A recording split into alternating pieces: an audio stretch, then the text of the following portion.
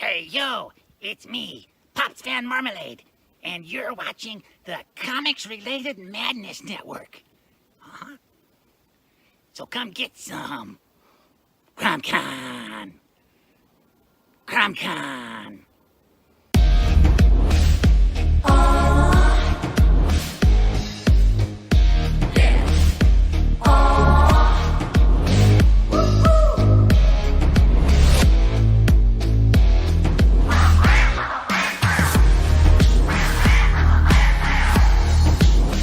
Your favorite podcast, it's Critical Blast.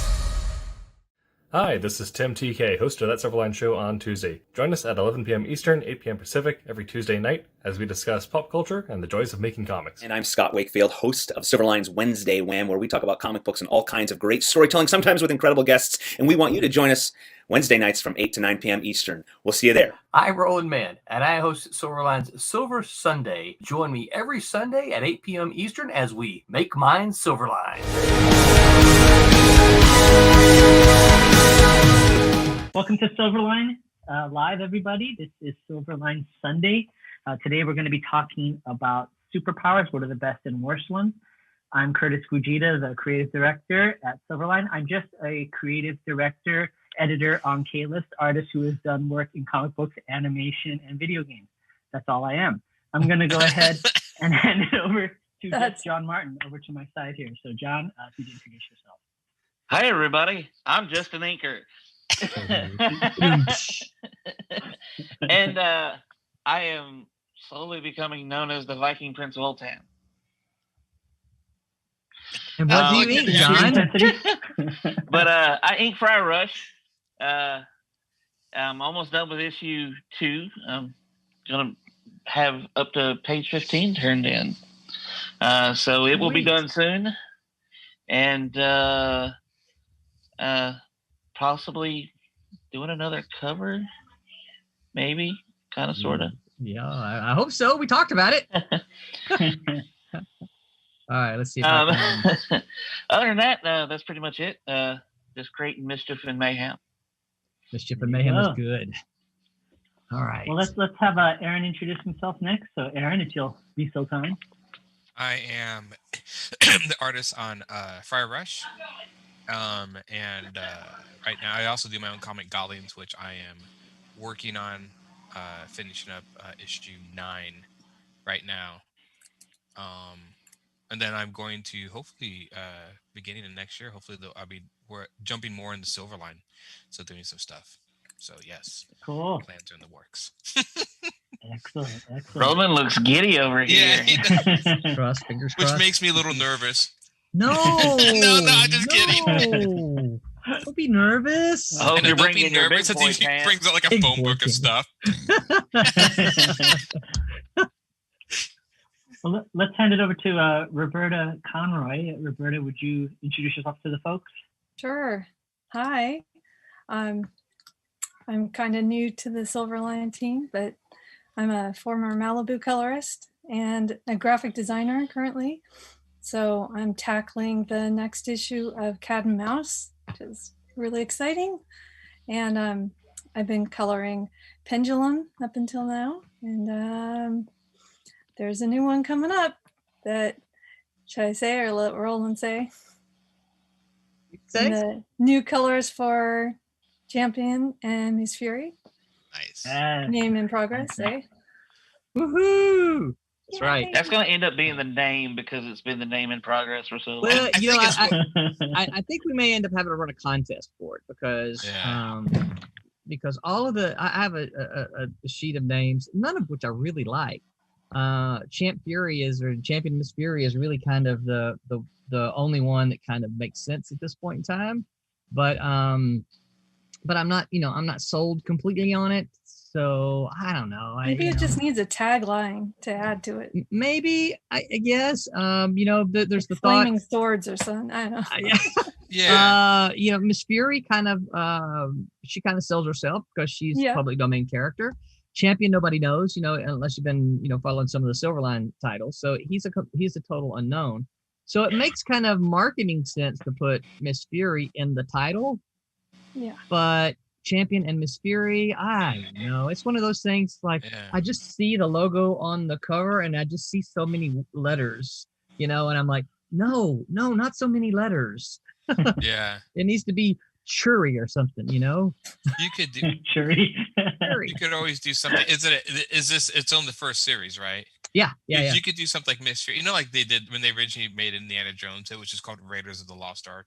Yeah. And then later they added Indiana Jones. Right. I mean, maybe you could do something that's like Miss Fury, and then the name of like the actual 4-issue, like Miss Fury, like Adventures of, or something like that. Yeah. That way, I mean, that might be a way to get away from the Miss Fury and Champion thing, and just kind of have her name up there, but then add like a maybe. I don't know. The only problem is it's more Champion's story than hers. Okay. And it's So what because if you just go? Champion has been part of the Silverline world for a bunch of different. He was in Cat and Mouse. He was in Demon's Tales. He was in Silver Storm. So he's been in other stories. This is his story, and I'm using his story as an avenue to introduce her to the world. So I got it. It's more like Champion with Miss Fury, or featuring Miss Fury kind of thing. You could do something like that. I mean, you could do the old classic Champion, and then like a little bubble featuring Miss Fury or something. I don't know. I was gonna say you could just go Champion Fury. Well, see, that's where I ended up abbreviating it to Champ Fury.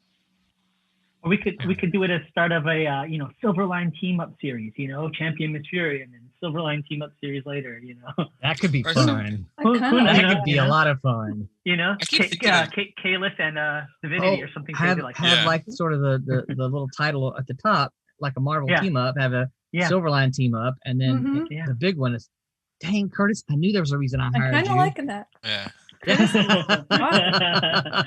It's what we call corporate synergy. That's what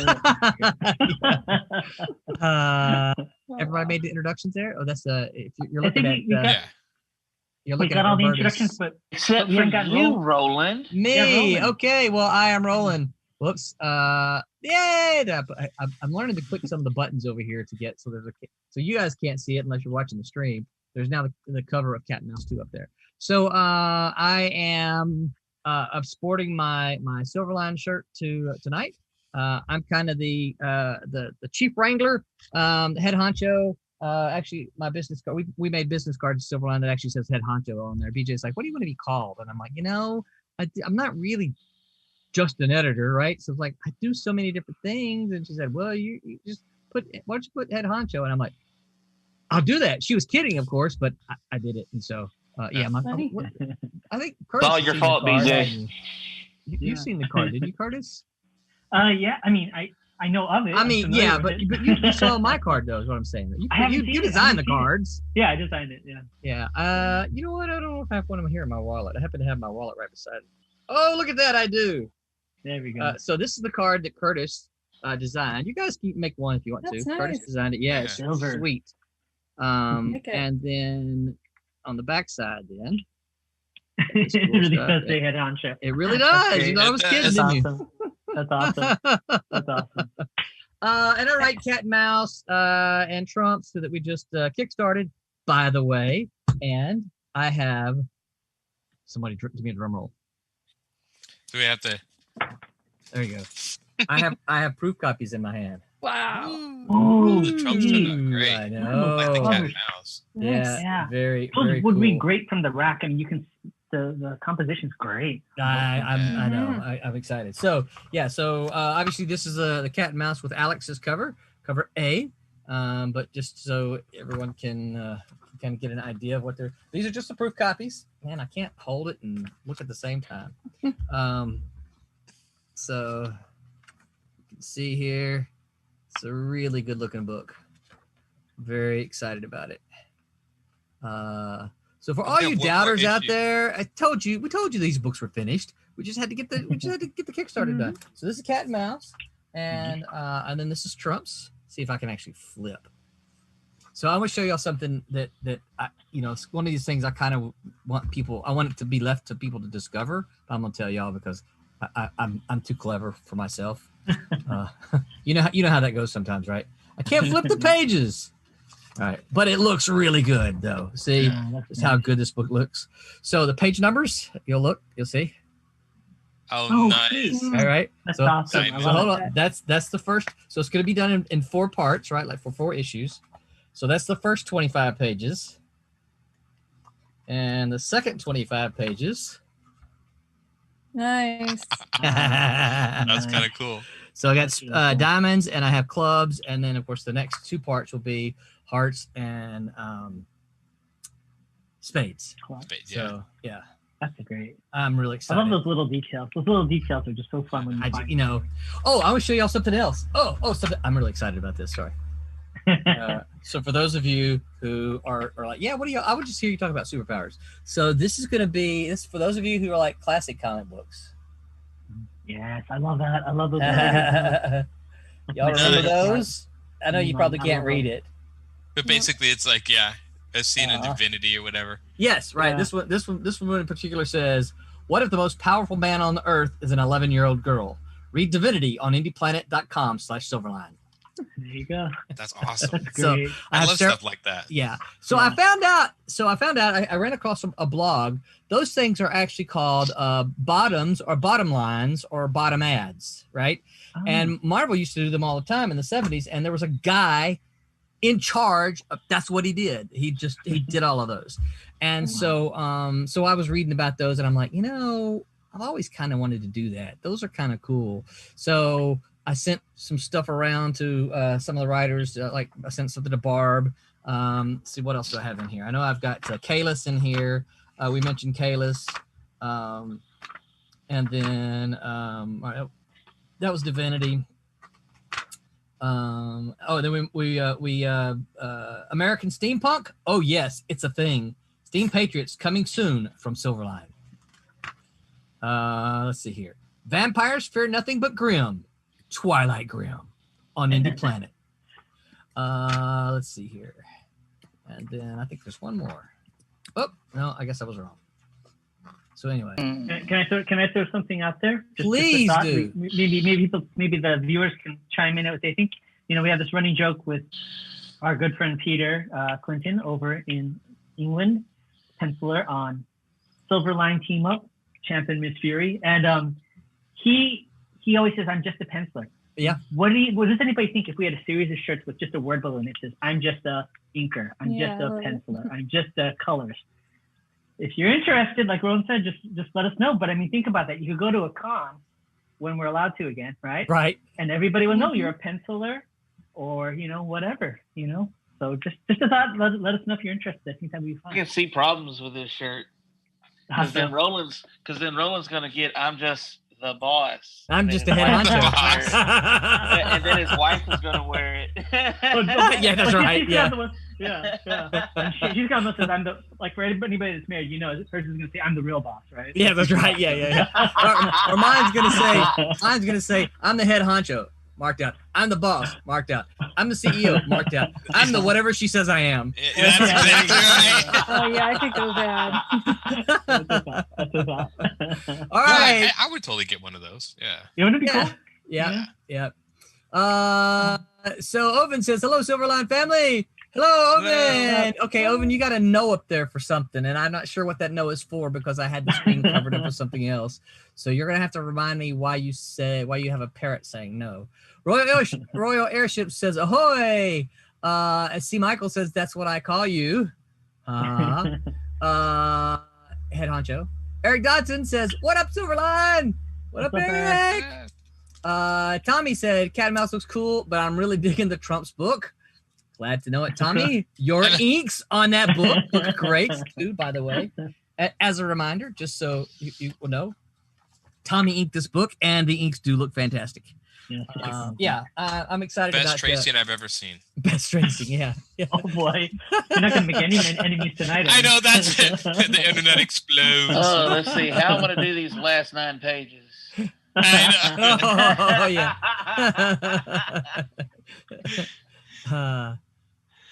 Oven is saying the name of the Champion Fury comic. No, Wait a minute. No to which one? All of them or Just no. no? Yeah, Yeah. just no. It's like, wait a minute. What are you saying no to? We there's so many different Many things. choices. Well, Yeah. at least it's not like The Office. No, like no, please God, no, no, So, no, I- please oh, God, wait. no. Yeah. So I kind of like the idea of the Silverline team up, and then we can do, because we could always do Friar Rush and Twilight or Twilight Graham, or whatever. Yeah.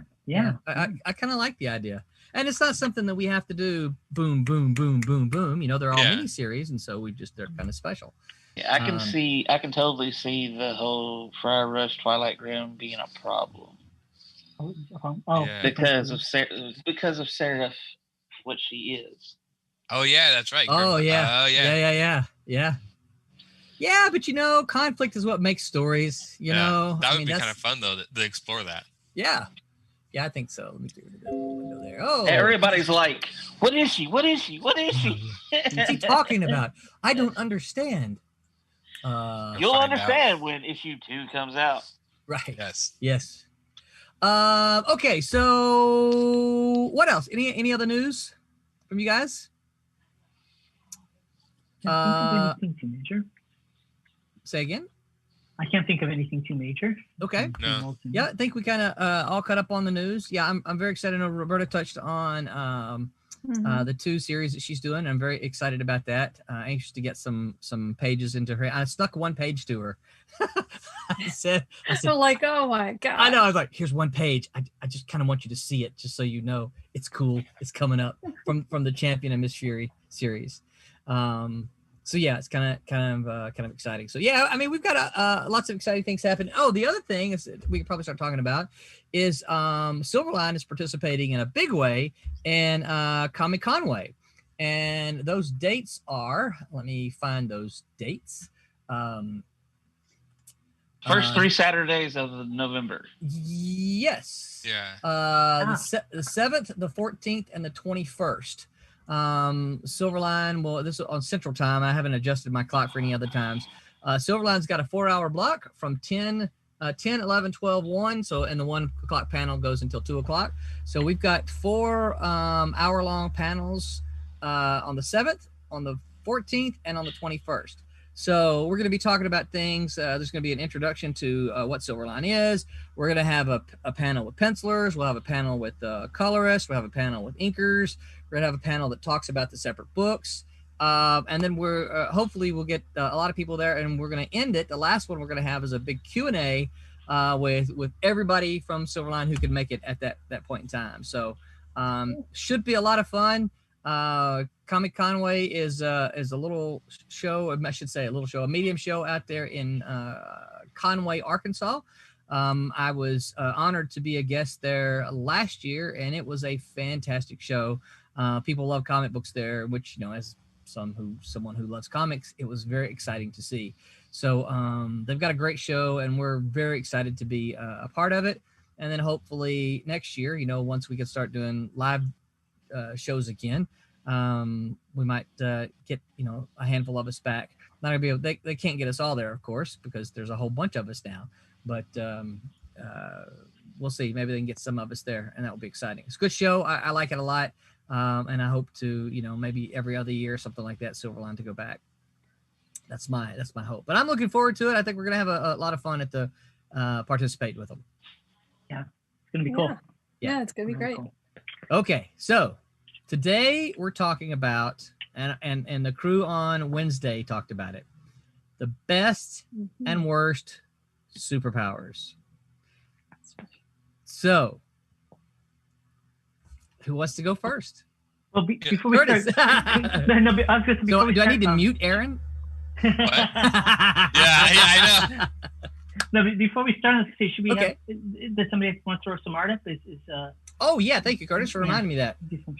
Yeah. John hadn't got his streaming figured out yet, have you, John? No. Roberta, can you Oh hear? yeah. You want me to share? Yeah. Aaron, did you Sure. ever figure out streaming? No, I can Yeah. if I'm on my computer, I can do it. Can? But I'm not working on my computer. If I color my own stuff, I can certainly do it. But right now, I'm doing it by hand, and that's Birdie? foam stuff, and I can't figure out the foam stuff. You got, You yeah, think you you gotta think have you a can carry the camera. load? Hey, Boy, what happened to my you photos? gotta Hold on. carry that weight. Carry that weight. Or something like that. It's not offering me my. Okay, maybe Uh-oh. not yet.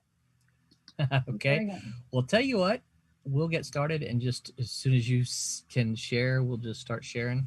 So Curtis, I Oh, guess there it is. that hand was about. Got it. Okay. Awesome. There we are. Woohoo! So there's a start. Oh, that looks good. Oh That's really my good. goodness, Roberta! Holy mackerel! So much. What awesome. the This heck? is going to be great. Same Oh color. my gosh! Beautiful liner, freaking and awesome. it's so detailed. It makes me like dizzy. Wow! Oh my gosh! Look at I did the not realize that you fire were going to engine. show that page. I know that's what I was Fire. thinking. I'm like, look at all of Peter's fire engines. Oh my God. Then there's him running through flames. Wow! That looks And great. there's This is these- going to be awesome. Really, really interesting shots. So it's going to be fun to color, and it'll take me longer than our hours, I'm sure. That's good. That's looking awesome. Wow! And of course, It'd be it's so cool. Peter Clinton's pencils, right? And Yes. who did the inks on this? So Tom- this Thomas Tommy? Romani. this was Mhm. all Tommy Tommy. Yep. Oh, look at Yeah, this. and they are That's clean, beautiful. dark. looking great. So the Yeah. line weight's so neat. I can work with all of that. So I love how you're really working the local color on this. I mean, really in a big way. Looks great. it's going to be fun. Yeah. So, Oh, I was not expecting that page, Roberta. yeah, you I tried to completely- get that started, and I'm like, Yeah. okay, now I got to get this finished for the stream. 'cause this is- You completely too fun. blindsided me with this one. Yeah, I was expecting more pendulum, and I was like, yeah, oh, I thought about it, and I'm like, you've seen enough. You all done with that? You've seen all that? Wow. Yeah, That well, looks- I mean, at that least looks this will fantastic. tease you. So I still have a lot of little boring things to do, so I'll try to do the more fun things during our talk.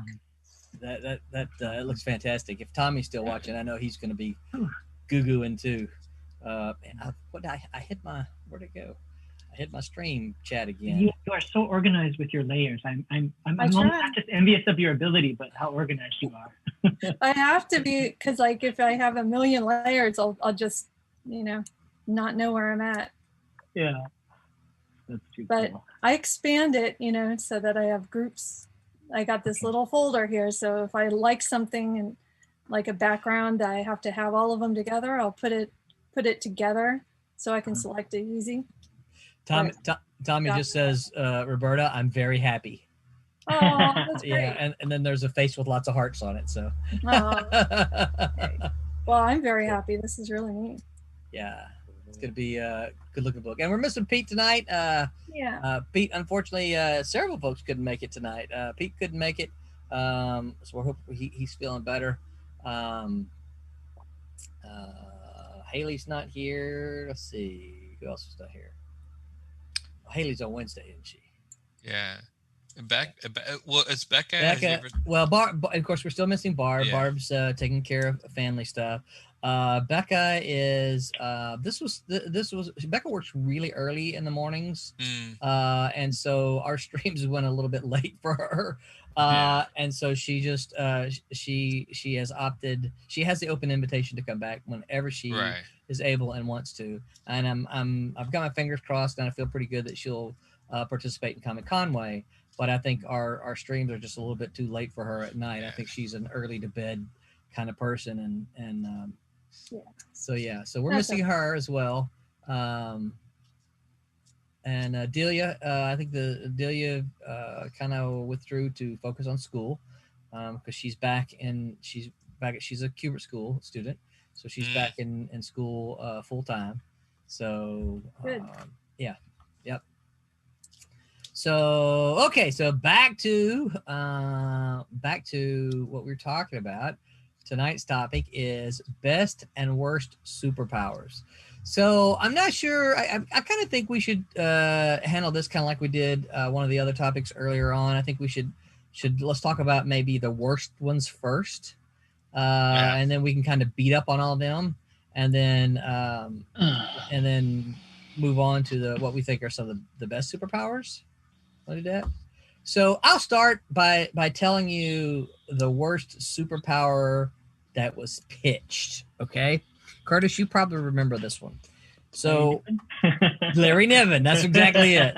So when the Ultraverse was being formed, there were editorial conferences in which the writers, the founders, all got together, and they were just pitching the different characters and concepts for books and things like that. And Larry Niven, a writer whose fiction work I enjoy quite a bit, he was involved on the panel. He was involved with the founders. It was Larry's idea is the disc, the Alderson disc. Yeah, Alderson disc. Yeah, the Alderson disc. Yeah, on which kind of the world existed and all the science sort of fiction elements. That all came from Larry. But Larry came up with the idea, and I don't remember the character's name. I just remember the power. This character had the power. Are you ready? Ready? This character had the power to park anything, anywhere. Okay, that's funny. Yeah. See, we even got Roberta to laugh at that one. Yeah. With his what? He could park anything, anywhere. I could just see a joke of like him like parked up on a lawn and there's like a DMV guy with a clipboard like taking notes beside him or something. The thing about it is he's like, hey, he can park a car, he can park a bus, he can park a plane, he can park a helicopter, he can park a spaceship, anywhere. But was that all he could do? Yes. But, Yes. you know, that could go to being the best superpower if you could park anywhere without getting a ticket, because I would want that. I mean, I don't mind that. It's like, it's a fine line. Yeah. Kind of pales. Yeah, I mean, it'd be a good getaway driver. That's what I was thinking. If he was a getaway driver, that might come in useful. Yeah, but yeah, it was. I don't know. Did it make the Bible, Curtis? Do you remember? I don't think so. But that Alderson disc, for those of you know, Ron's talking about the Ultraverse Bible. I mean, there was almost a 100-page document. Yeah. About the whole universe that all these superheroes are going to have, including like how the superpowers were generated and the actual plane of existence, this disc for all the worlds. And there was actually diagrams of this world. Oh yeah. It's just a fascinating read. Some people have posted it online, but yeah, it's very well thought out. It's crazy. Yeah, it really is. Very cool idea. See, Michael said something new for John Medic III to add to PowerPoint parking. Yeah, I think we've all heard a lot of bad powers, but I think that was probably one of the worst I've ever heard. Pitched with sincerity.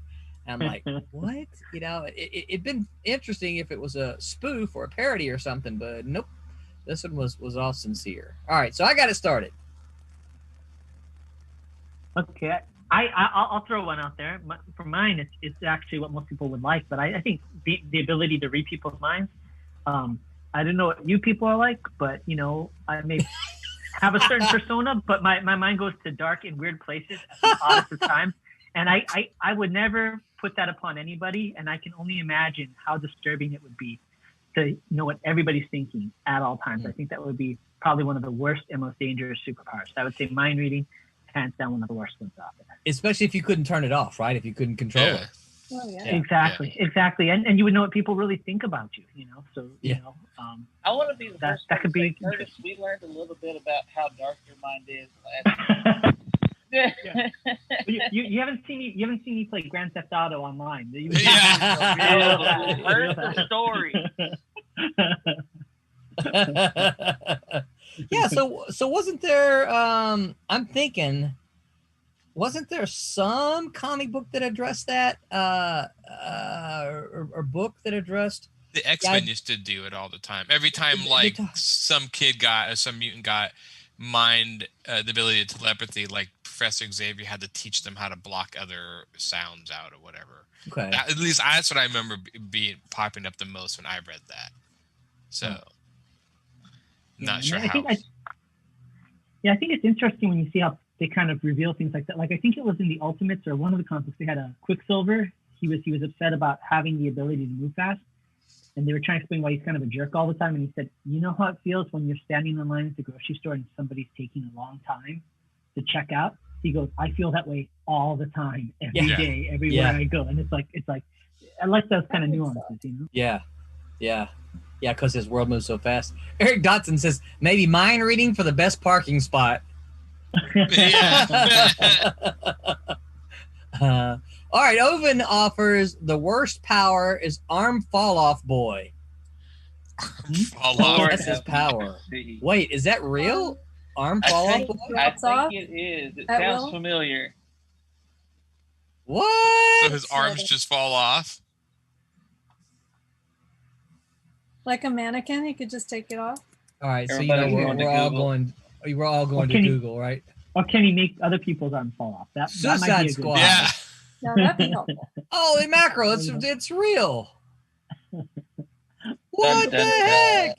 He just pops off his arm. It's like a lizard trying to get away. People with it? Yeah. What's he do with it off?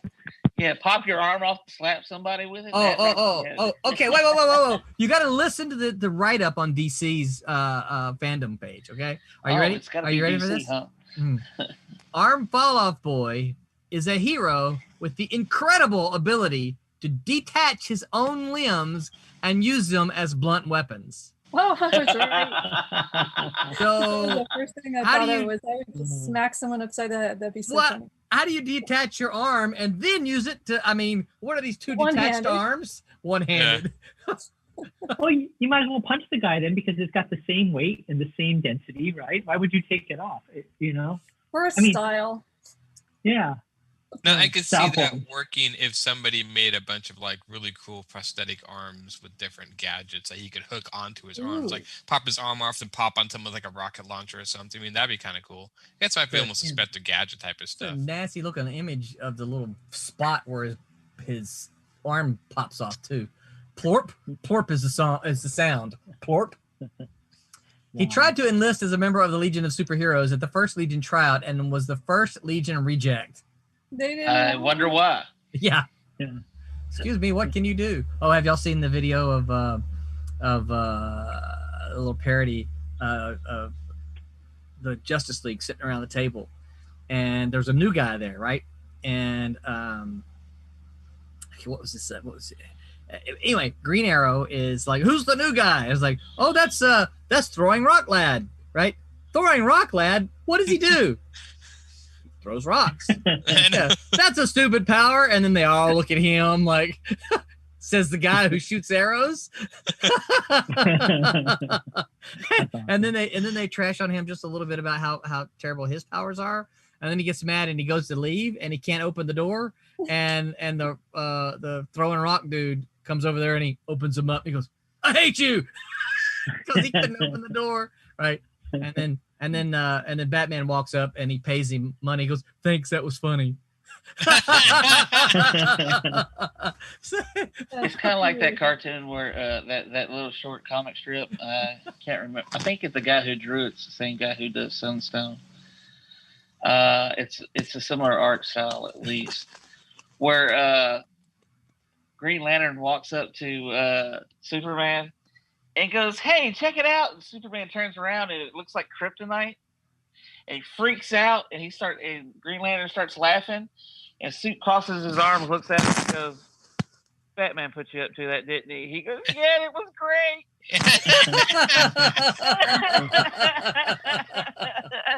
Yeah, there's a couple pretty good ones. See, Michael said, "Yep, he would throw his arm at you," and Eric Dotson said, "Hopefully, he is well armed." Oh. like if this guy threw his arm at you, I mean, could you just grab his arm and like throw it on the roof or something? I mean, you can't climb up to get it. I mean, just thinking of all the ways you could defeat this guy easily. This could like really devolve into an evil paraplegic type keep away story, right? Yeah. It's like, oh my gosh. Yeah. I'm gonna beat you with your own limbs. Right. Yeah. It's like, oh look, oh you can't get it. Oh, you got no arms. You got one arm. Oh wait. Whoever created that character had been one of those kids like me who was told by their parents, I'm gonna rip your arm off and beat you with it. Yeah. See if it tells. Let's see. This version of Arm Fall Off Boy, pre-Zero Hour, is no longer considered part of canon continuity. All history and corresponding appearances of Fall Off Boy were erased from continuity following the events of the 1994 limited series Zero Hour. That was the big reset. He was reimagined in post Zero Hour continuity using the code name Splitter. Oh no! You ready to know who the creators are? Who is it? Jerry Jones and Kurt Swan. No way. Really? Yeah. Wow. Oh my goodness gracious. Yeah. Good day. So, who, was that Oven that said that? Oven, how the heck did you know about Arm Fall Off Boy? That's what I want to know. Got to be a meme on Facebook about it or something. C. Michael said the rumor is he'll show up in the new Suicide Squad movie played by Nathan Fillion. Oh, that'd be cool. I know he's in that. I don't know if that's Anything who with he Nathan plays, Fillion but would be cool, but Yeah. do you think Arm Fall Off Boy is going to be cool? Well, I mean, in a funny way. I mean, of course, not in an actual Yeah. cool way.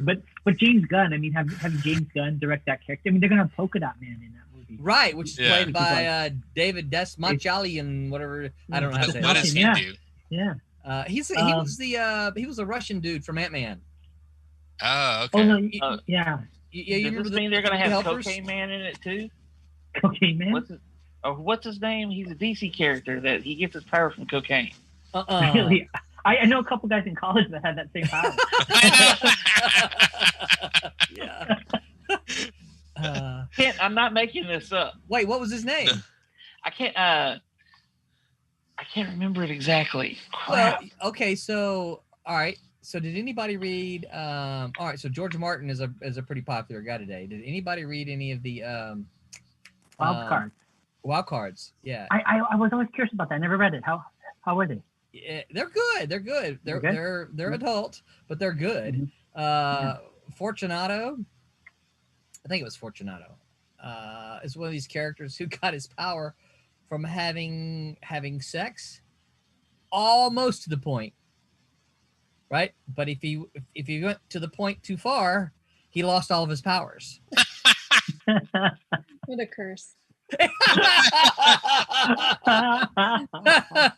Yeah. Well, we're no longer on YouTube. Yeah, we're gone. Hey, We're gone. I stepped around all the Bumped us words, off. right? Yeah, there were some interesting characters in that. See, Michael said Snowblind or Snowstorm is what they're going to Snowblind. That's it. They're Snowblind. gonna rename him to. Well, what the heck? He's got. If he's not arm fall off boy, then what's the point? Right? Yeah. Snowblind. Hey, Everybody- Snowblind is the cartel's worst nightmare. He's gonna take all their product. He's gonna take Oh, All right. So Snowblind is the cocaine one then. Yes. Yeah. Gotcha. Okay. I Yeah, was I trying know to think that's of a funny. nemesis. Like now that I'm sitting here thinking Arm Fall Off Boy, I'm like, what would be his nemesis? Like leg fall- leg. Yeah, I'm thinking Yeah. leg, or Don't go there. There's other things I that can be disaster. We're not going there tonight. Roly poly man. I'm just thinking of like a master plan. Like what would be the master plan to defeat like Arm Fall Off Boy? Like just open a door, go in and close it, and you can't open the handle or something. I mean, you just go up to him like you're gonna shake his hand and then pull it off. And now it's already one hand. That's all you gotta do. His nemesis is super glue. Super glue. Legolas. Duct tape. Super glue is from C. Michael. Eric Dotson says Legoless. Legolas. Legoless. Wah, wah, wah. That's pretty good. Oh, duct tape. Duct tape is his worst enemy. Oh, yeah, that's a good one. I always thought the dumbest power. And I used to read the New Warriors. That was one of the superhero series I read when I was a kid. And I remember they had Speedball, where he could just bounce around. Mm-hmm. Of Yeah, course, but they he's tried a to make him cool-looking more character. powerful, that he could do all this other stuff. But I'm like, come on, he just bounces around. And And so- he's using kinetic energy to do that? or something like that. But Yeah. they tried to make it more serious. But I'm like, were you just trying to cover up the fact that you wanted, like, well, kids like Super Balls. What if you made a guy that was a Super Ball? I mean, okay. So I'm. Ball. But Wasn't he, that Steve Ditko? Did that like the initial first issue of that or something? Was it? I thought Yeah. it looked like, or it looked I like think Steve so. Ditko. I think you're right. Yeah. Yeah. Was yeah. that the one that Fabian Nicieza? Yeah, I think- Worked on? Yeah, I think so. yeah. Yeah. Remember, It's- Speedball. Remember, Speedball was the reason why we had the first Civil War. That's right. That's right. That's true. What? Not in comic books, not of course. John's not talking about that. Yeah. Yeah, that's right. Didn't Obviously, he- no, obviously, he's not the reason why the North decided to fight the South. Yeah, because didn't he? I didn't read that, but I heard that like they brought the New Warriors back as like some reality TV show, and he killed somebody or did something.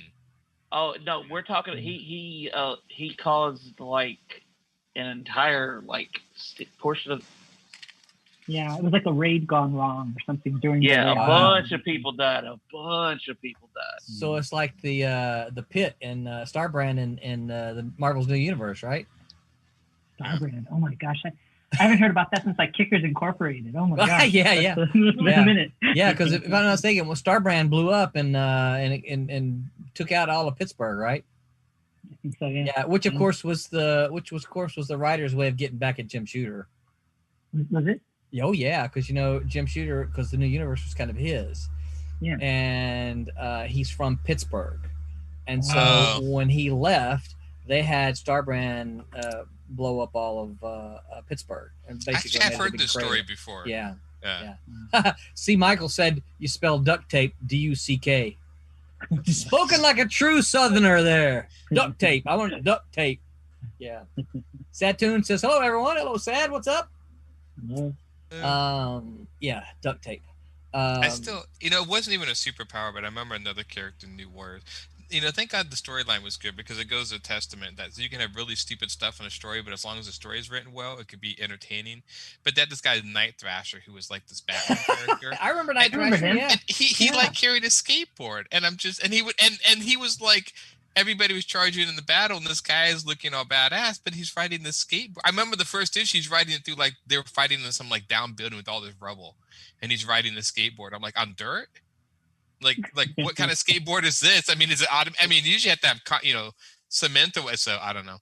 Always, they eventually got rid of the skateboard. I'm like, thank God. Yeah. So you saying Michelangelo can't do that either? No, he cannot. No, he's a ninja. Man. So Yeah. Actually, I got a really horrible superpower All right. for y'all. What is it? Skin What? from Generation X. Oh yeah, Oh, yeah. God, He's like yeah, that gray dude, skin guy, like all husky. He looking. looked like a 300-year-old man, because he had like he grew a bunch of excess skin, didn't he? and he was like this big around. Yeah.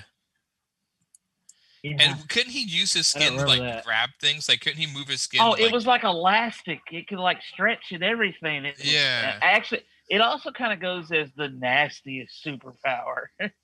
Yeah. Yeah.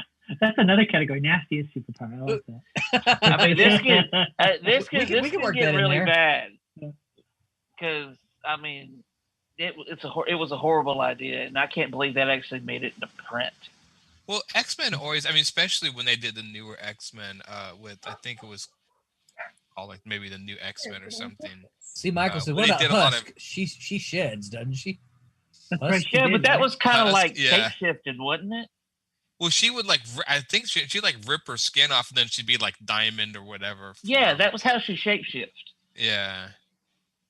But I mean, it was still kind of nasty. I don't know. The X-Men kind of gross. I still remember there was one. That was the next one. Some girl was like a wasp. Or Hey, would lay don't be a eggs and mutinist. stuff. Yeah, but I mean, it was more to the point that they were like, Yeah. she was a bug or something. I don't know. I mean, it was like, okay, well, these like they were becoming less human and more like animalistic. Then I'm like, well, okay.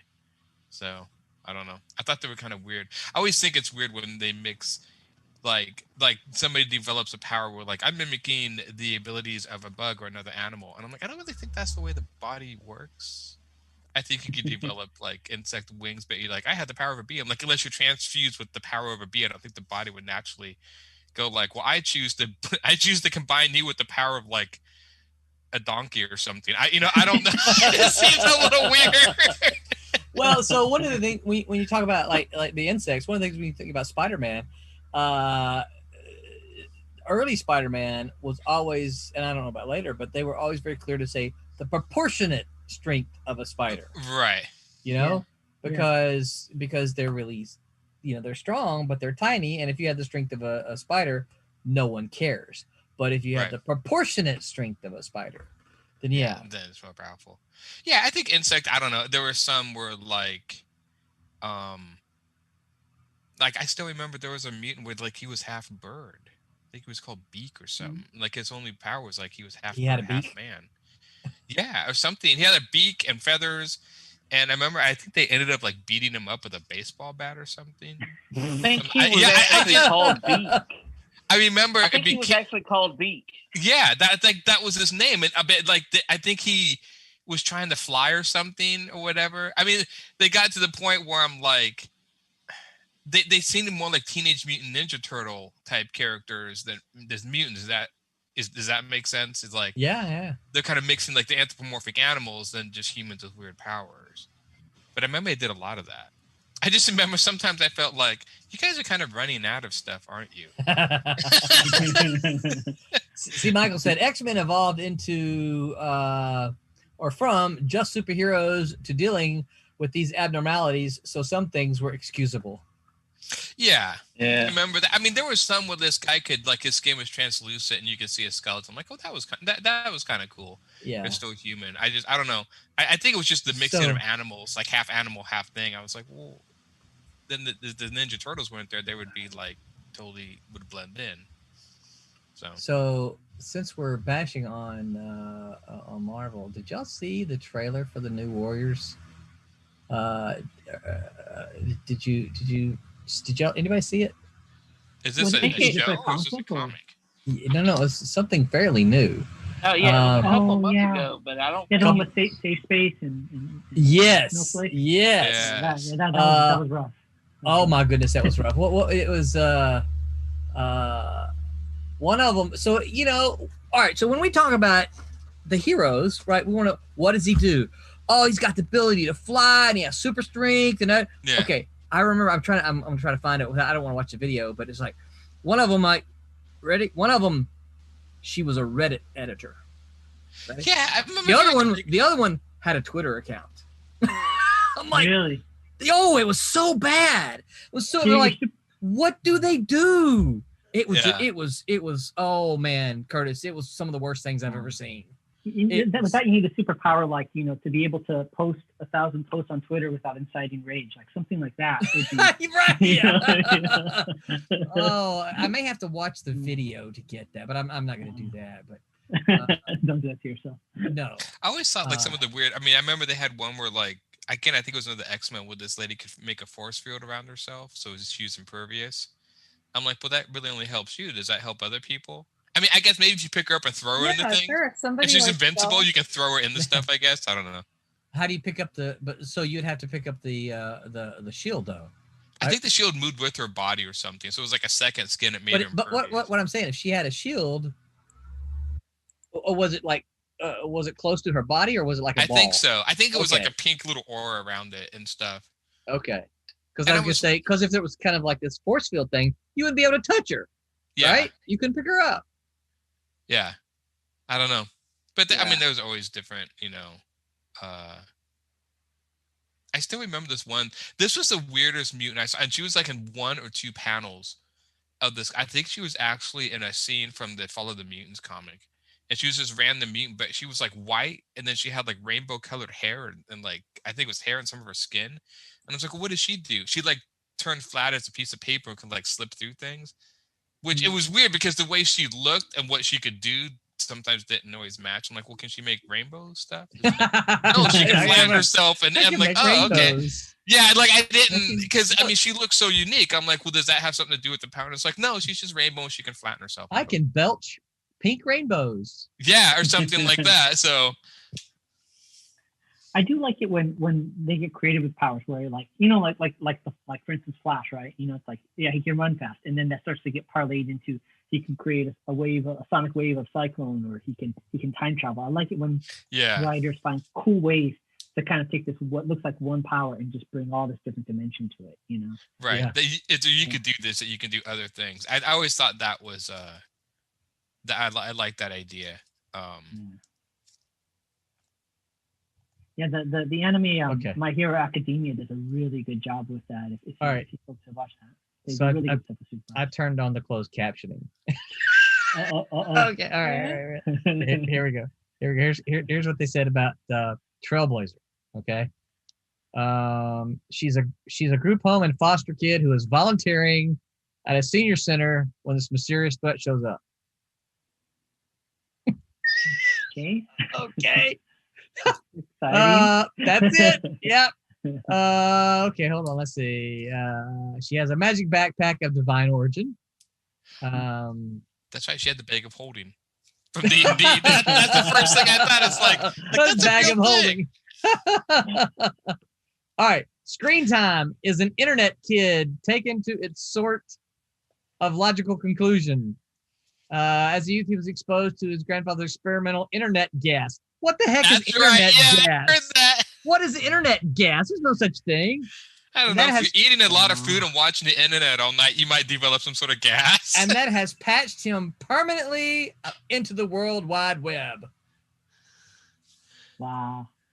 There's an element of this, like when I was in school and we'd have a substitute teacher and he was trying to talk cool to us and it just wouldn't work. He'd be like, "Hey, my man, can you do this fresh mathematical equation? Yeah. Would that be dope, my man?" And you'd just be like really uncomfortable, like just talk to me normal. That's what this feels like to me. Yeah. It's like, well, kids like the internet, and so what if he had some dude like control the internet? Why didn't they just call that guy Google? Maybe there was a Why didn't they just call him Al Gore? Call him what? Sorry, did I go there? Yeah, it's okay. I think you did. Wow. I created the internet. Ooh. Can you put parental restrictions on him? Yeah. He can only. He's trying to be cool and he can't. All his curse words are muted or something. Like that would be funny. It'd be like SpongeBob, right? Yeah. Oh, if you ask him a question he doesn't know, like the 404 symbol comes off or something. Yeah. Not age appropriate. Sorry. You fries motherboard. Yeah, I remember reading. So this some doesn't of the look power. like. Yeah, this doesn't look like the first one I saw. So we talking about this. I'm sitting here. I'm going on a Marvel bashing rant here. They had a new X-Men trailer here not too long ago.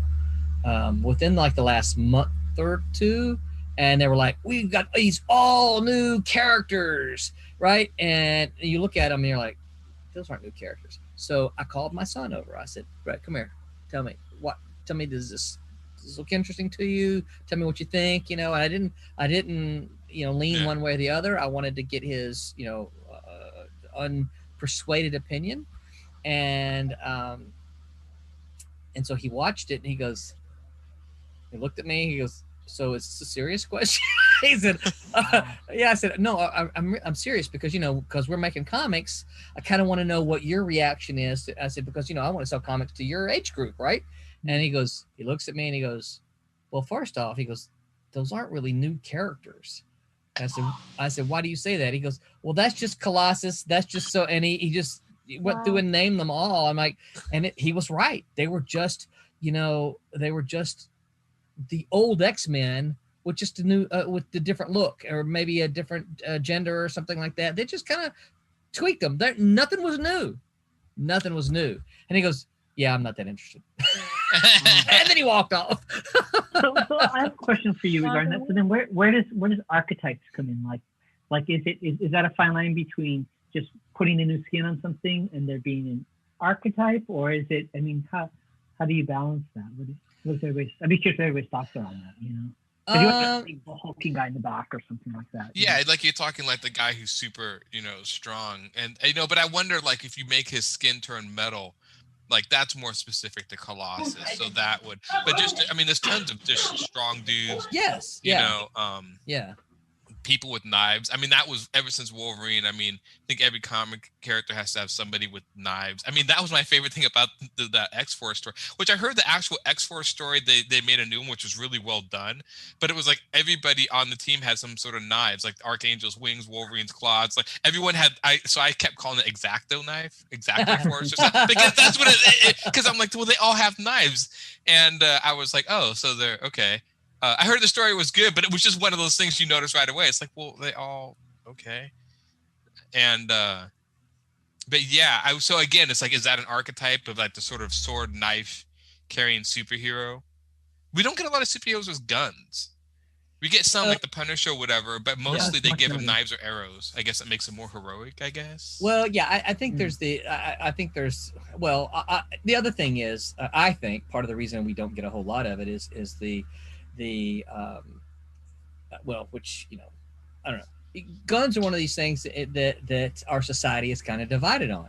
Right. That's what I'm thinking. Yeah. So generally people who make them are like, yeah, we're going to stay away from that because, now you go back to Punisher. That's when they didn't care. They didn't care. They were just telling the story. Guns served Punisher for what Punisher was doing. It was true to the character that was created, and it made sense. Right. We're actually gonna. It's funny because the book that Roberta is coloring right there, we're gonna actually talk about guns. I think it's also kind of a lowest common denominator, like guy with guns. Like, okay, I mean, guy with bow and arrow, like that's unique. That's it's different. not really a superpower now, is it? No, it's not. And so I think that's one of the things is that we like to see. We like to see. I mean, I can shoot guns. I can't flip over a building and shoot them under my arms while I'm flipping, but the ability to shoot a gun is not really a superpower. So I want to see somebody who can shoot beams out of their eyes. Yeah. It was always funny that cool. They would give like, the bow and arrow thing came from more like putting in a Robin Hood type character, but that being super accurate with a bow and arrow was actually like a power or skill. And like you see Hawkman, even in the Avengers movie, you see Hawkman making all these like amazing possible shots. That was supposed to be his power. So I mean, but they actually, what was it? There was one comic where they actually talked about running out of arrows, because that's the one thing I never could figure out. Like it's like, how many arrows does that quiver hold? And he's like the whole battle. Or just, even showing the scene where he's going to retrieving him, like he's going to like pulling him out of like a wall or something. Or I don't know. But as far as the archetypes, I kind of understand what Curtis means. The 90s were almost the worst for that, because like every superhero team had strong guy, knife guy, Superman type guy, and then some like innocent Boy Scout type guy. Yeah.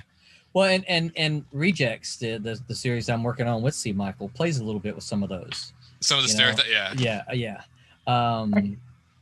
Go ahead, Curtis. I think too, like archetypes too, it's always the same people in the same roles, right? Like it would be funny if the big strong Colossus guy is the leader, and then the guy with the knives or something like that is the most intelligent one of the group, and so right. But yeah, they always kind of fall into not just visually but the exact same role in the space. Yeah.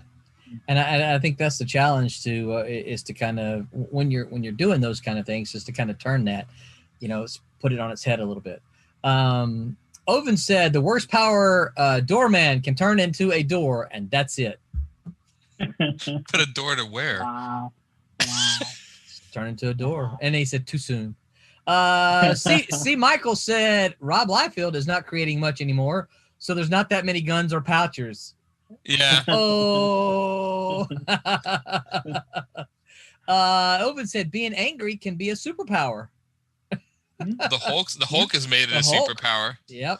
Yeah. I still remember when they came out that character. Do you guys remember the character Pitt, who's called P-I-T? Sure. Yeah. It was like Dale Keown. Yeah, he was a great artist, but I remember when I first saw that comic, like, look, it's the Hulk, but they gave him claws. So they've mixed Wolverine. They've mixed the archetypes. We'll take knife guy, strong guy, and combine it. And I'm like, oh, they're evolving into same characters, different stuff. So I thought that was always, I like the concept and stuff, but I always thought it was funny how people were like, I can't think of anything. So let's just, people really like knife dudes and they like strong dudes, and let's just mix those.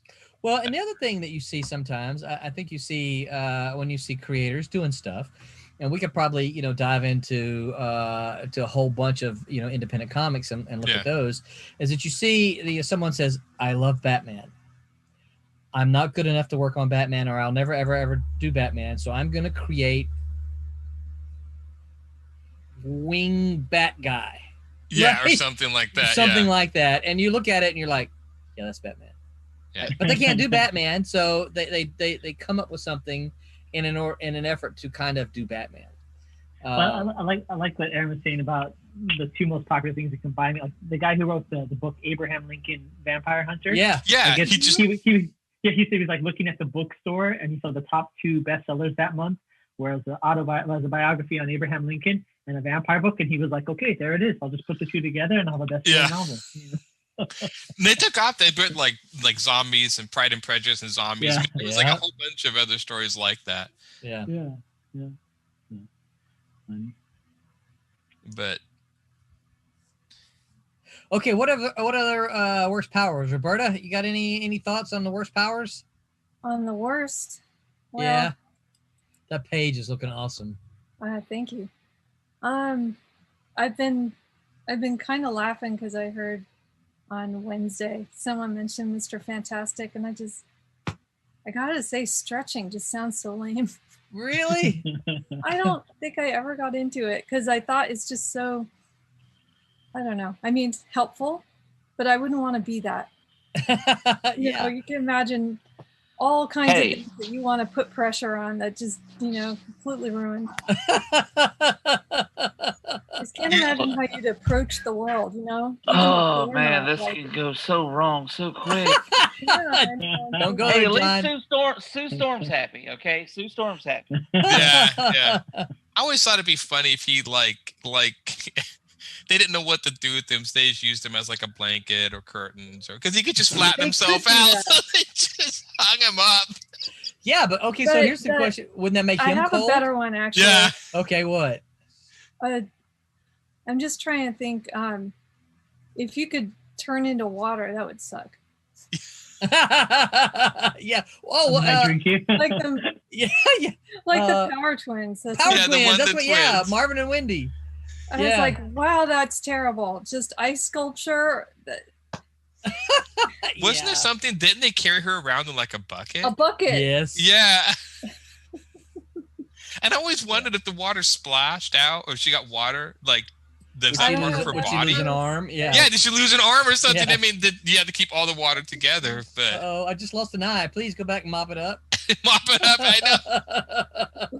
Go find it. See, Michael said stretching really is lame. For the male, at least. Some females can pull it off. I don't guess I'm aware of any female stretchy characters. That Stop Miss laughing. There is. Don't I go think- I there, think he was- Curtis. Yeah, No, I think Miss he was Marvel. driving down the road. Miss Marvel can stretch? Miss Marvel, the new one. That is it. Is it Oh, Kamala yeah. Khan. Kamala Khan? Yeah, I don't know. yeah, Is I- it Miss Marvel? Is that her actual superhero name, or is it something else? No, yeah, it's Yeah, Miss yeah. Marvel. Yeah, she can stretch, but Okay, they, I I mean, they made her like have huge fists or whatever, I guess. And I was like, okay, yeah, but I remember she can stretch. So yeah, they did do one. Stretching is kind of a weird. Oh, Yeah, but Elastigirl, she- of course, from The Incredibles. Oh, Elastigirl. Oh yeah, Yeah. Yeah, that about was good. See, Michael said that. Elastigirl, Miss Marvel.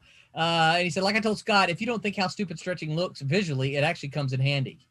That's true. I mean, there's like a cool factor is different than utilitarian, right? Right. But in comic books, Yeah. it kind of has to be both, right? So you know what? I think back on all of the earlier Fantastic Fours, like the John Byrne run and the run before that, when done by when Sonat was doing a lot of the artwork, or Sennett, I forget how you say his name.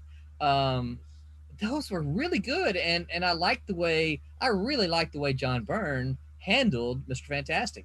All the stretching was just, it's just everywhere, and it made sense. And every time he drew him, it made sense because, he's typing way over here on this one, and he's looking at this computer here, and yet he's writing over, and it's like, yeah, if I could do that sometimes, I would Yeah. do that, but I can't reach all this. And so I have to do something here and then run over here and do this. And so the way John Byrne handled it, I thought was really clever. He used it to demonstrate the uniqueness of that power. I was And it kind of grounds it in reality that way too, Yeah. right? When you see them using it in everyday tasks. Right. Yeah.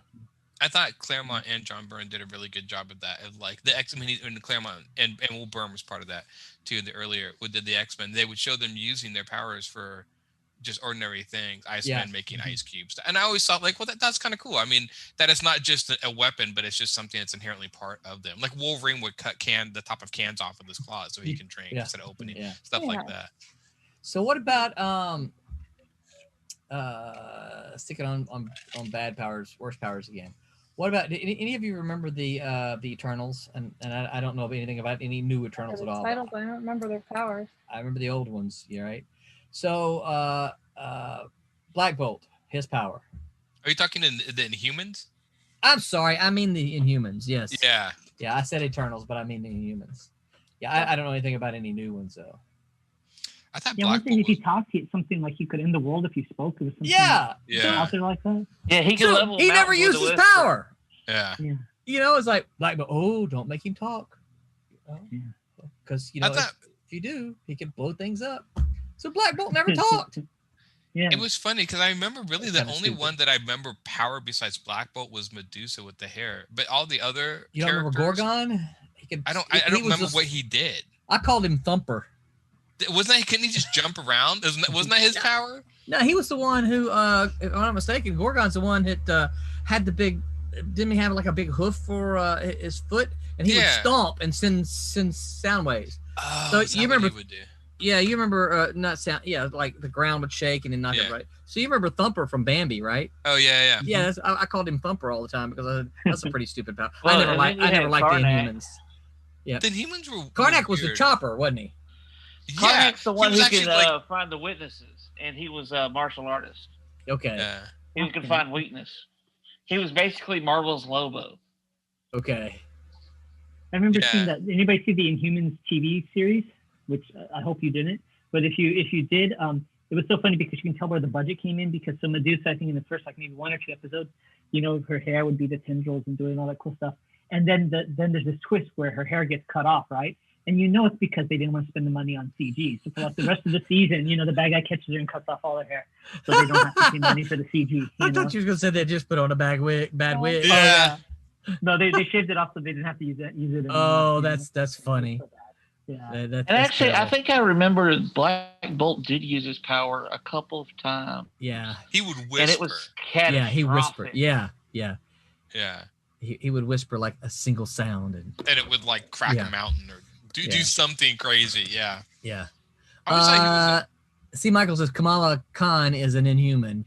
And then you have Lockjaw the dog. Yeah. Well, yes, that's what he said. And Lockjaw the dog is the coolest one. I think Lockjaw is cooler than some of these powers that we talked about earlier. He's a teleporter. I mean, hey, Lockjaw, I need to go to the store. Does anybody ever worry that Black Bolt might talk? Yeah.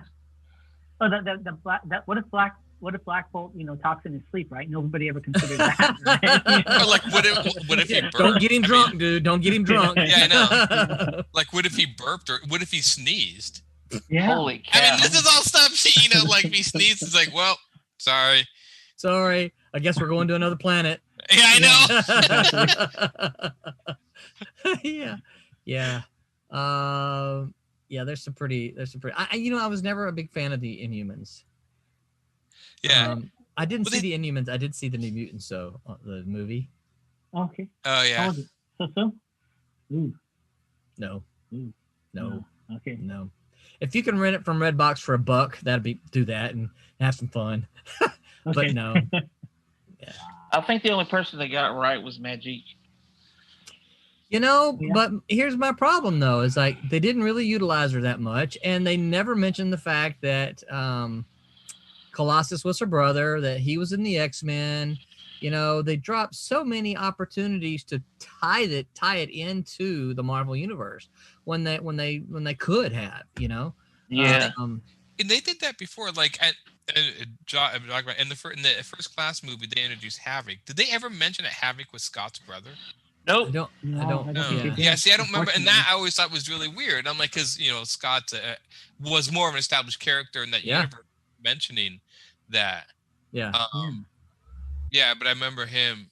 Yeah, there was a few weird, like when they did Emma Frost. Well, they added her diamond powers. I never liked the diamond stuff. I liked her telepathy, which they Yeah. still kept. But yeah, so. But What yeah, about Banshee? Banshee's they- power. Not a great character. What, you like Banshee? I don't know. I'm just wondering about her. Or him? Yeah. No. There was a I character think- called Screaming What was the Banshee. girl? What was the girl that did that? Siren. Siren, yeah, because there was a girl version of that. They Yeah, did. the made girl it- version. That's what I was thinking. Yeah, she was his daughter, I think. Was that it? Yeah. I think Actually, Banshee's like- another example of it's not bad powers, but there's no coolness factor. And Right. Yeah. his green and yellow outfit really didn't help. You know? No. It's pretty great. Didn't like I thought stripes. one of the more useful powers, but dumb powers at the same time, was Forge's. Like Forge can invent anything, but is that really a power or just being really smart? Yeah. I never could quite figure out. Like, so I mean, because lots of people can invent stuff and are just really smart and keen and can see things, but this is a power. How so? Yeah. But he could invent anything, and I'm just like, He's okay. a great Q or quartermaster. Yeah, A great yeah. quartermaster. So I was like, yeah, I didn't really get how that was, a real power, but Well, it's kind of like long shot. I like it's a weird power, but I like how they played it out, especially in the original Art Adams. Oh, that was Yeah. good one. miniseries. Yeah. But like the idea What that was it long was shots? he his just luck, there he was just- this, Oh, so he was like dominant. yeah. Look. Right. Yeah. That's right. and he had hollow bones because he was an alien, which meant that it was kind of weird because of course his arms could get breaking easier, but since he had hollow bones, he could kind of glide on gusts of air sometimes. Like it's just kind of weird but neat. Like, Yeah. Yeah. And he had a mullet. He had a mullet. So He had a mullet, and I remember he had this big yeah, alien thing. Was he had 3 fingers instead of 4? yeah. Yeah, exactly. he had the 3 finger. Yeah, I always liked Long Shot. He definitely was like the different character. I mean, they made him fit into the X-Men, even though he technically wasn't a mutant. I thought Yeah. he was interesting. And then, of course, I think Rob Liefeld made Shatterstar from the Shatterstar same for the universe. same universe, yeah. And I think he had luck too, or something. That was all the Mojo world, I think. I don't think Shatterstar had luck. I don't know what his was. I think it was just Yeah. increased stamina and reflexes. Yeah, I'm not sure if he had luck. I read a little bit. Long Shot was the one I knew more about. Yeah. So, all right. So that's enough on bad powers. What about good powers? What are the best? What's the best superpower? What do you think? Healing. factor. Healing. Yeah. I'm with you, John. I think healing. Yeah, Good. Especially if it slows down the aging process, because getting old sucks. yeah. so like Wolverine's healing factor is the best one. Yeah. That You was, can of drink and course, smoke and all that stuff. yeah, Without which any they said problem. he can do. I think they've it was weird. They kind of went, because I remember when I first read it, there was a panel where they said, like, when he got shot, it would take like an hour or so to heal from the gunshot wound. But then, like, nowadays, like, you can destroy him down to, like, cells and he'll rebuild himself. I'm like, well, I don't think it was supposed to be that powerful. But, I mean, I don't really think he was supposed to go there. But I mean, it was supposed to be powerful enough Well- that he. Oh, go ahead. No, I think when you say you don't think it's supposed to be that powerful, I think I think that's a problem for characters the longer they go on. So Right. I realize this may start an internet flame war here, but Superman I like as a character, but I find him boring because he's too powerful. I mean, really, the only way you defeat Superman is with kryptonite, right? But that's And not magic. but that's not the way Superman was created. He was not created to be as powerful as he, No, he was not. is today, right? He was able to leap. He couldn't even fly. He was able to leap tall buildings in a single bound. He was more powerful than a locomotive. Now that's not powerful enough to fly around the world and make it go backwards. that's just able to stop a train, which is really strong, but it's not all powerful. He was supposed to be like the ultimate strong guy, like the circus strong guy, like invulnerable and super strong. He could do this, and then they eventually, and I don't. Maybe you guys know this, like. The laser eyes are cool, but it was such a weird power to come from some guy who's just supposed to be like a super strong guy, and then you add laser eyes. Well, so what happened is and I don't know the minutia of it. I know the broad strokes of it. Okay. What happens is that all these things were very popular during World War II. Comics, sold millions of copies all in World War II. And then after the war, all the soldiers came home, blah, blah, blah. They rode high for a little bit, and then people just stopped caring about superhero comics. And like nobody liked superhero comics at all. They were going to Westerns and other things like that, right? So it literally got to a point that nobody cared what they did with Superman. They just like, yeah, we don't care. And so writers were just writing crap. And what would happen is they would write themselves into a hole. It's like, oh, man, how's he going to get out of this one? What if he had eyes that could like shoot ray beams? That'd get him out. Yeah, Superman now he has laser eyes, right? Or now he has cold breath, super breath, right? So they just made crap up. That sounds actually kind of what I was thinking. What happened was they just kind of like kept adding on to him. Yep. And some of it, a lot of it just stuck. And then over time we find out, well, Superman can do this, he can do that, he can do that. So now he's all powerful. They added somewhere in there he can fly. This is one of the reasons I love the Fleischer cartoons, is because they were done in 41 and he didn't have all these powers then. Yeah, he didn't do the eye beams of the breath. He just you could fly in the could he fly? Well, no, he leaped. And if you look, he'll leap and then his legs will turn as he goes to land, right? So he's leaping like this, but when he kind of reaches the apex, his legs turn as he goes to land, right? It's really cool to watch. And this is one of the reasons I'm just a huge fan of all those shows, because he doesn't have, as I think I probably showed you guys before, I got several of the DVDs here that my wife has tried to throw away before. I'm like, no, that's no, you can't throw that away. Those are awesome. Those are classics. Yeah, Michael said, agreed, Superman has gotten dull. I think his flight came from the old George Reeves show. Oh, that could be. His flight comes from the TV show. Yeah. I love those old George Reeves shows, because if you remember, they would shoot him with the gun, and the bullets would bounce off of them, and then the thug would run out of bullets, and he'd throw the gun. Throw the gun, yeah, he'd duck. And then he'd duck. He should just let the gun hit him in the head. You're like, why did you duck? Yeah. Did you ever see the board pop up? He would leap, he would go run and he would leap and then springboard up. Did you ever see the little board pop up? That was supposed to be just he had a little springboard that he jumped off of and leapt into the air. Awesome. Yeah. I never could quite figure out after 1 or 2 bullets. I still never, in all the Superman, like they would unload clips into him, and you think after the first 2 bullets, it's like, well, do you think if we just keep shooting, like one's going to get lucky and get through? It was just kind of like, down. Yeah, just keep going, and one's got to get through. But I don't know. I guess it's got to look dramatic, so they're all bouncing off or whatever. Yeah, and stuff. But they kind of do that. I'm a big fan of Wonder Woman, and they take and give her powers. Like, in the comics, a lot of times she can fly with like the gift of like one of the gods. In the movie, she can't now, which that's fine. Well, although, have you seen the latest trailer? Yeah, it looks like she's actually jumping and flying. She can ride lightning now. What the heck? So I'm just like, okay. So, I guess you just kind of, every time I read a new run of Wonder Woman, I'm always like, whoa, can she fly this time? Yeah. What can't she do and not do? Because they've changed it so many times. Yeah. I agree. Yeah. I think it's like David and Goliath, right? The problem is what if Goliath is the hero of the story and David's the villain? And that's kind of what you have going on with Superman, right? So it's just kind of like, it's not that exciting when Goliath can always win. It should always be the reverse. The bad guy should be way cooler.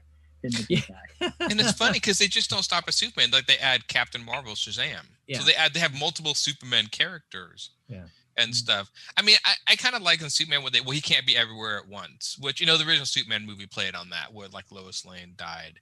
Spoiler if you haven't seen it, from the 70s. And No.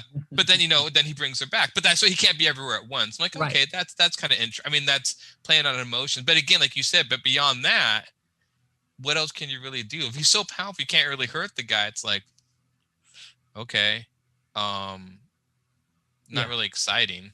Well, and that's why, that's kind of why I think that I have a problem with Superman. Even though some of his powers are cool, all of them combined is like he's just I'm bored with him. I want them to take him back to the way he was originally created, because part of the problem is that you don't have any concern that Superman is going to be hurt until somebody shows up. Oh, look, I got some kryptonite. Kryptonite must be everywhere. Yeah, that's right. Because like, how common is this stuff anymore? Yeah. Yeah. I mean, you'd think Superman had, oh, look, if I'm around, I'm going to get it and put it in a lead box, and I'm just going to chunk it into the sun. Every time someone shows up with a piece of kryptonite, I'm going to get this little baseball-sized piece of lead, wrap it up, right? Yeah. And then I'm just going to hurl it at the sun so that it burns up. Well, the one thing get a kryptonite-proof suit or lead suit. That's the a kryptonite-proof suit. Yeah. So here's the thing. Why hadn't anybody thought about that, Curtis? Oh, I think it's a horrible idea that I just gave. That's why, But kryptonite suit? Come on. Have you? Oh, kryptonite suit. That would be cool to put on. But has anybody heard of who Max Landis is? The director. He's the son of John Landis, the guy who did American Werewolf. Right. I think John Landis. I think did American Werewolf. Right. Anyways, he had a pitch where he was going to write a reinterpretation of the Death and Return of Superman, and it's really cool. If you find it, it's just a pitch of him talking about it online. And essentially what happened is, I guess, after Superman gets killed by Doomsday, I think his powers are diminished a little bit. So he has to go train with Batman, and Batman teaches him how to fight like Batman. So instead of him just kind of like doing these power punches, he's fighting more like Batman, more like a martial artist and stuff like that. Well, that's kind of cool. Strange. Yeah, it's interesting story. It's on YouTube. It's just Max Landis talking. But that's actually what I know. No one on here. Okay, yes, I know no one likes Man of Steel, so I'm the only one. I'm a big fan of all the Zack Snyder movies. And one of the things I did like in Man of Steel was that the Kryptonites were actually soldiers and expert martial artists. And they were mocking him. Like, he's like, like I think Fiona, was fighting. She's like, you think you can defeat me? She's like, I've been trained from birth to fight. You grew up on a farm. And I love that idea. It's that one extra edge against them, that these are soldiers or whatever. And I thought that was, and actually the way they moved in that movie is exactly how I picture them moving. I mean, there was one where Fiona, like, she just drops down in front of these soldiers and all shooting her, and she just looks at him, and then like literally is instantaneously just like moving from one soldier to the next, just defeating him. But it's like so fast, almost like Dragon Ball Z. I'm like, that's how I picture these guys fighting. I mean, you wouldn't even move. Yeah. So. See, Michael said, I will say, crap. Go ahead, John. I was actually going to say, I will say the Superman suit for keeping him safe from kryptonite actually exists. Oh, does it really? Yes. I'm just thinking. Please do tell. Like, it's made of duct tape. They just duct taped him. Oh, and then he also had a suit for traveling out of space for a while too. They've actually given him spacesuits, and they go back and forth. They gave him spacesuits, and then they have one where he doesn't wear spacesuits. So I'm like, make up your mind. Yeah, yeah. Either he's but he had a lead suit that he wore to be around kryptonite. That makes sense. Well, how does it affect? I mean, how does it cover up his hands and his face and?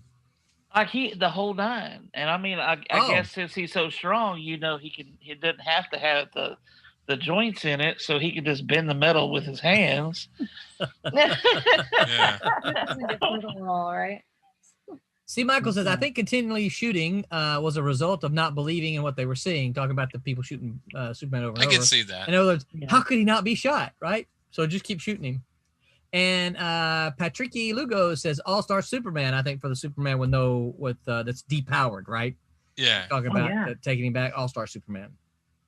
Patrick Lugo, shout out to Patrick Lugo. He actually used to work at Kung Fu Tai Chi magazine that I used to write for. Oh, cool. And he's the senior graphic designer there. And Cool. he just has a new martial arts comic book that he just started publishing called Zhang Q. It's based on the story of this Chinese mythical Ghostbuster, this god of like he fights demons, and it's online. So if you guys are interested, ZHONG and then the letter Q. So is it his comic book? I mean, is he own it and publish it? Yeah, I believe so. It's a web comic, I believe, right now. He just started posting it. But yeah. So Patricky, put a link down there, because we're all about independent comic books here. So if you're still there, still listening, put a link to your. I'm requesting that you put a link to your comic down in the comments there, so that everyone can see. We don't want any links to corporate comics, so no corporate comics. But if it's yours, put it up there. Yeah. So all right. So what else? Other best powers. Best powers. I got to tell you, you guys have probably heard me talk about this. You know that the Vision was always one of my favorite characters. I think his ability to control his density is one of the coolest powers there is. Because he can become so. He can I don't know, less dense, that you could just hit right through him, swing right through him. He's intangible. Or he can become so dense that you break your fist trying to hit him. Comes so heavy that he falls to the earth. To me, and that gives the explanation as to how he flies, because he becomes lighter than air and he can fly. I just think it is such a very cool power that explains so much about what he can do. I think funny, that's no one else has done that before. Like, no one else has taken that concept and done it. I mean, even like thinking like Curtis, like if he had like a martial artist who could do that, like somebody who can't fly but like can move when he's super light, and then literally before impact hitting, he could create density in his fist. I mean, you can have some really cool concepts of like martial arts, like fighting and the ability to control density. Yeah. Well, there's something they call iron shirt in martial arts, which is it's like in martial arts it's like an arms race, and so the first people realized that if you hit really hard and if you know how to apply the impact, you don't have to break the bone. You can send the impact into people's organs to traumatize it, right? To cause trauma, right? And so then what they figured out to do is this thing called the iron shirt, or sometimes it's called golden bell, where if you see somebody hunch over when they're fighting, they compress their rib cage so that the ribs start to fold on each other and become like a shield, so the impact can go through. And really? then the next level, somebody realized that if you do this gesture, they call it like a leopard, you can send the impact through this corner here and it'll go between the rib cage, so they can still hit the organs. They can still send the trauma into the organs, So that's actually pretty interesting, because that knights, big armored knights, that's one of the biggest things that killed them is the trauma to their internal organs. Because you take a sword, you could beat on a knight forever. You're just kind of beating on his, but you take one of those great big hammers and smack his chest, it rattles the inside and damages the internal organs. Therefore, they die later, right? So, so you don't really cut as many of them off, but you damage their internal organs that way. Oh yeah, that's pretty cool, Curtis. I didn't know that. Yeah, one of the I won't go too far off tangent because I can talk about martial arts all day, but there was one move called the icy palm, and it was this move where if you get hit in the stomach. A day later, you start to get cold and chilly, and you start to cough up blood, and you feel like you're freezing, and then you die if you don't get medical treatment. And what somebody realizes what it is that you send the attack towards this person's stomach wall in such a way that when you vibrate your hand, the vibration travels through the stomach wall and vibrates the pancreas. And it's that trauma to the pancreas that will cause somebody to hemorrhage internally. And it takes a couple days and then they die. And that chilly feeling is why they call it the icy palm. So there's a lot of really far out there stuff. The thing is why you That's cool. That much. Yeah, the reason you don't see that stuff nowadays is people would train something like that, just that one type of specialized move, they would train decades and decades. And, after the gun, there was really not much of a reason to spend that much time cultivating that kind of ability. But it's still fascinating. What I want to know is, a new they topic. had to have tested this, right? Yeah. So who wanted to be the first guy? It's like, look, I have this icy palm hit. Who wants to be the first one to test this? With Yeah, let me test it. Because like, you're not gonna know if it's really gonna work unless guess we got through a fight. You know? No. You're giving way too much credit for societies back then. All they had to do was say, "You come here."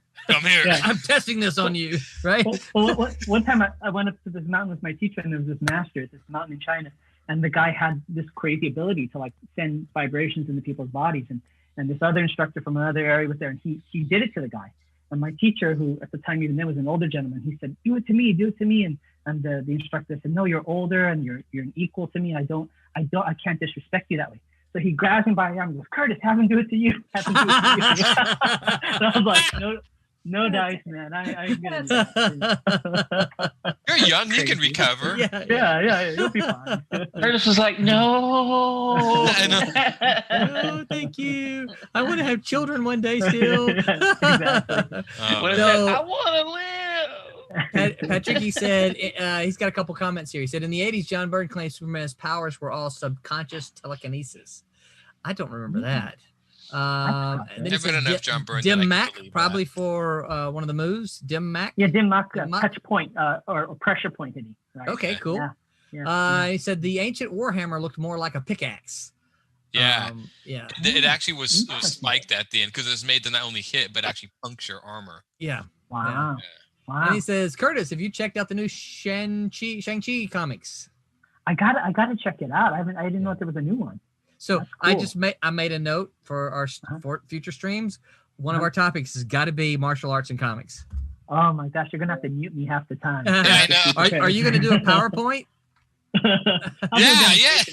Yeah. I'll do a demonstration of everything. Have you watched any of the Wednesday streams at all? I watched some of them. Yeah. John and his PowerPoints. Yeah. Yeah. He excels at it. Yeah. If you had, all right. So, any other best superpowers? I'm gonna ask my last question here. Here's. Oh, sorry. Go ahead. I was like, I was thinking. Go ahead. Here's one I just would like everybody to sound on because this one I always feel is polarizing. Teleportation, right? Teleportation is always one that I think is really cool, but then everybody always goes, well, you might teleport into a wall or into the freeway. What's everybody's take on teleportation? If you could control it and you wouldn't have strange thoughts that shot you off into space or something. Yeah. Yeah, exactly. There you go. Yeah, I think Nightcrawler's is probably the most believable because he has to see where he's going. Yeah, that one's good. That makes sense. Yeah, teleportation, and I think it's more like in science fiction. I mean, as a power that you can do yourself. Now, if you could have a device or something, because I've actually read theories about how we could possibly do teleportation. One of the theories has to do with quantum entanglement. And do you guys know what that is? Mm-hmm. I've heard of it, but I don't really know. It's a theory of subatomic particles. It's a property. They don't really completely understand it. Like the fly. Well, it's like there's a particle. Say this particle's moving one way, and there's another particle moving. And once you affect one particle, it affects the other one. So, like if one is spinning clockwise, and and they're both spinning like clockwise, and this one you go counterclockwise, the other one will actually mimic the other one. And the thing that's weird is you can do this for light years. I mean, if these particles are light years apart, and one changes behavior, the other one will instantaneously change with it. They're connected. And so the idea is if we can actually coat you in these entangled particles, it basically like switch you, like turn you around, you go to the other particle. Just you basically go straight to it. So that's an interesting theory. That is interesting. So the way that you could possibly do that. So whether you can do that yourself or make a suit, I think it'd be interesting. The funny thing is I see a lot of these powers, but then I like science because science is always like, well, could you really do this? And of course, the theories behind how they could do these are actually sometimes more fascinating to me than the actual power in the comic. Like, how could you actually do this?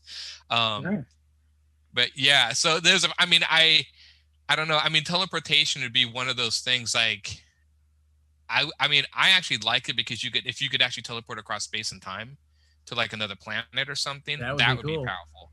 I mean, it goes like, how far can you teleport? I think that's the question, Curtis. Like, if you could teleport to your next room, okay, that's kind of lame. If you could teleport to the end of our galaxy, well, that would be kind of cool. Yeah. Yeah. So that would be completely different based on the range of your teleportation.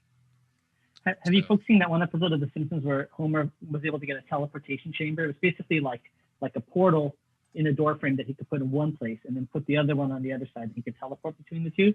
And what he ended up doing is he put one in front of the sofa and one in front of the toilet. So he would just stand in front of it and pee in the living room into the toilet upstairs. And that was like his whole use for it. It was, it was so fun. that actually works. Yeah. I always thought the weirdest one, and of course it'd be how the power works. In sci-fi, they've done this a lot where you're not actually teleporting; they just clone you. So they would download your conscious to a new clone. It's like, what happens to the old clone? It's like, well, they kill it. Wow. And they've written sci-fi stories where like your older clone, if it survives, then are the multiple of you and stuff. So I always thought that was interesting. And the idea, like, maybe teleportation actually works like that instead of I think Ghost in the Shell did that, where she can download her conscious into multiple bodies, which I guess would count as teleportation in a way. Yeah. Yeah. I would like a force field that at least it could control it, so you wouldn't like get confused and have it turn off. But if you wanted it off, it could be. I think that'd be great. Because I'd like to walk in the bottom of the ocean and see what's down there. Cool. And not have to worry about air. That would be very cool. Pressure. You know what? It's weird that you said that. Yeah, I would kind of like to walk in the ocean too. That'd be cool, right? Hey, Roberta. Speaking of, and I was too busy trying to get crap going at the very beginning. But when you talked about that you were new, but then you mentioned the Malibu thing, I'm like, yeah, I wanted to say, yeah, you're new, but you're not really new because you have that Malibu connection. Right. So do you remember Jennifer Schellinger? Yes. Do you know what she is now? No, what's she do? She is a marine biologist. Nice. Really? Yeah. Wow. So I thought that was pretty cool. She went from designing and coloring to marine biology. Hey, look who's jumping in here. Hey, what's happening? What's up, C. Michael? Hey, Michael. Hey, teleportation was mine, man. Was it yours? That was mine. I was like, yeah, I like teleportation. Because I told him, I said the lamest thing that I thought of honestly was flight. I said, what can you do with flight? Unless you couple flight with strength or something around those lines, all you could do is just move from one place to another. You just but strangely enough, the amendment to that would be how fast you can move. Wait, but you still have to have speed. Yeah, but I mean, even like you were saying again, I mean, if you're traveling interstellar, I mean, if you're actually going, I mean, look at relativity. If you're actually able to travel near the speed of light, you could actually time travel. But again, you still have to be able to have that speed part to it. You see what I'm saying? You see, because Superman could fly, but he also had that super speed. So you had that coupling there. Other than that, he also had the super durability in order not to. Well, okay, but still, to survive the frigid depths of space. That's still my point. Is what you're gonna do? Fly into somebody? I don't think that's gonna work. So for those of you who are still hanging out with us, C. Michael is the penciler on the Rejects. He's normally on the Wednesday night stream. He's one of the Wednesday regulars, but I saw him chatting today, so I said, "Hey, man, why don't you jump in with us?" So, yeah, I think I bothered you so much. There, it's like, well, just shut up and come on. No, it's good to see you. Join the cool kid. See, I think I think we probably have people that only tune in on Wednesday, and I think we have people that only tune in on Sunday, and I think we have people that tune in all the time, no matter what. So, glad you're able to join us, man. I got to tell you, I am so excited about the way Rejects is looking, man. Oh yeah. That's I'm listening to y'all working right here, so. Cool. I'd comment at you. Very cool. Roberta, Tommy says he loves the color holds. Thank you. Yes, that's looking awesome. It's getting there. So my final question is, if you could, you personally, you could pick one superpower. I don't mean a character. So you can't pick Superman because he comes with a whole bunch of multiple powers, right? If you could pick one superpower, what would that power be? I would have to say some form of osmosis. Be able osmosis. To be able to absorb information or learn it. Yeah. Really? Okay, yes, that's interesting. that would be probably my. It kind of almost like the Matrix. I don't know if I wouldn't want someone to jam a needle into my neck, but you know, but the same sort of concept. That wasn't a needle. That was a spike. Yeah, right. Yeah, it's a spike. Tommy said, "Oh heck no! See, Michael is a traitor." Tell him I'm getting him back for the last time he was on here. So.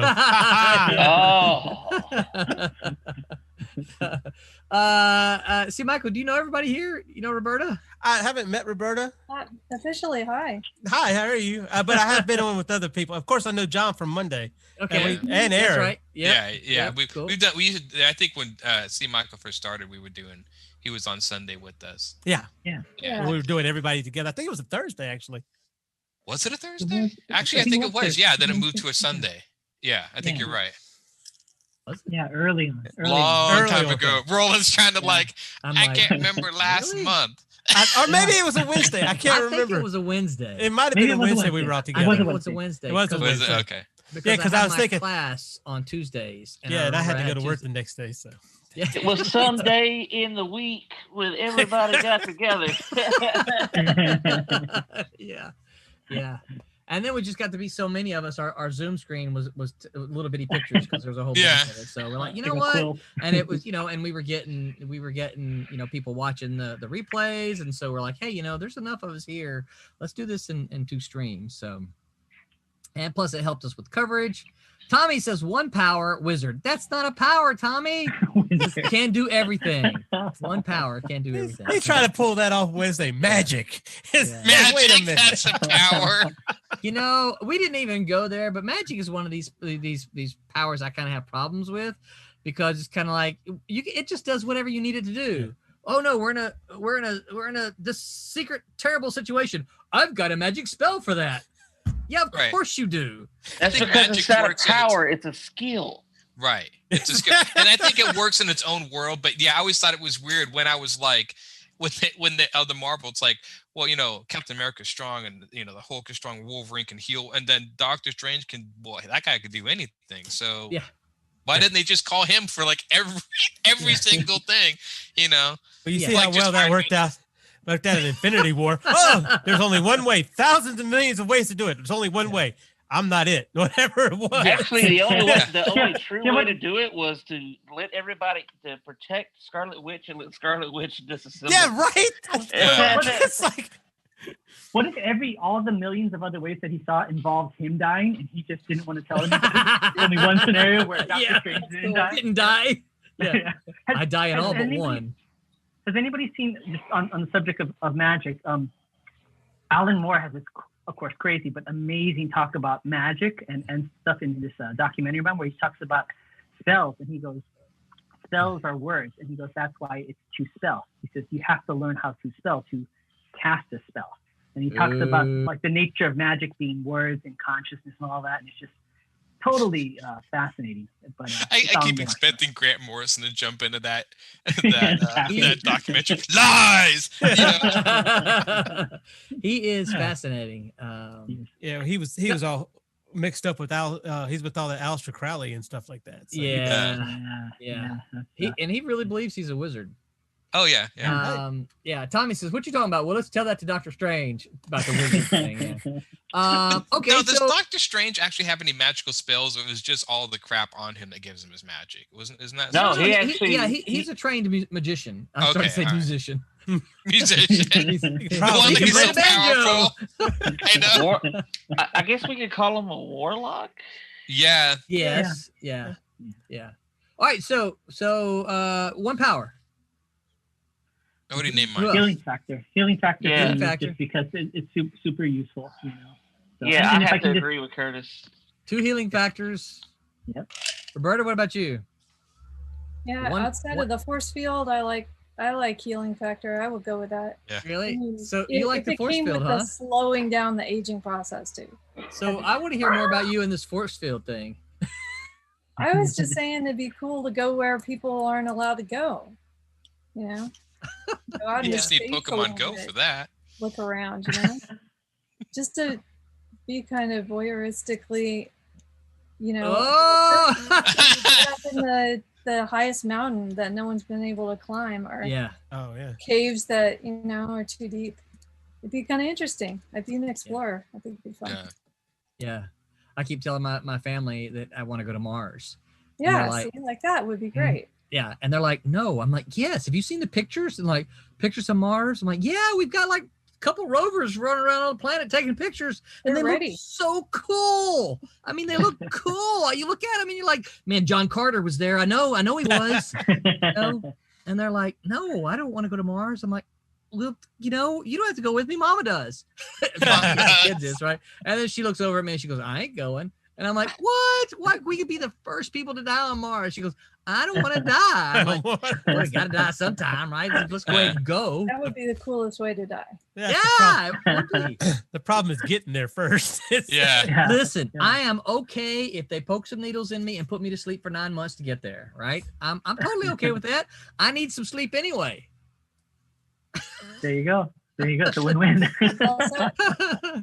So I think for me, if I had to pick the one power, although you guys are making a pretty strong argument for healing, I think flight. I've always been interested in the power of flight, because And notice how Michael's quiet now. Right, that Well, lame no, because power. he's listening. Because I'm thinking, well, how can I convince you teleportation instead? Yeah, see, so there's this game I talked about last week called City of Heroes, right? And they have teleportation in that game. And it's just not that cool, right? I mean, you zap, zap, zap. And I'm like, I'd much rather It's fly. not cool until you can teleport somebody's head off.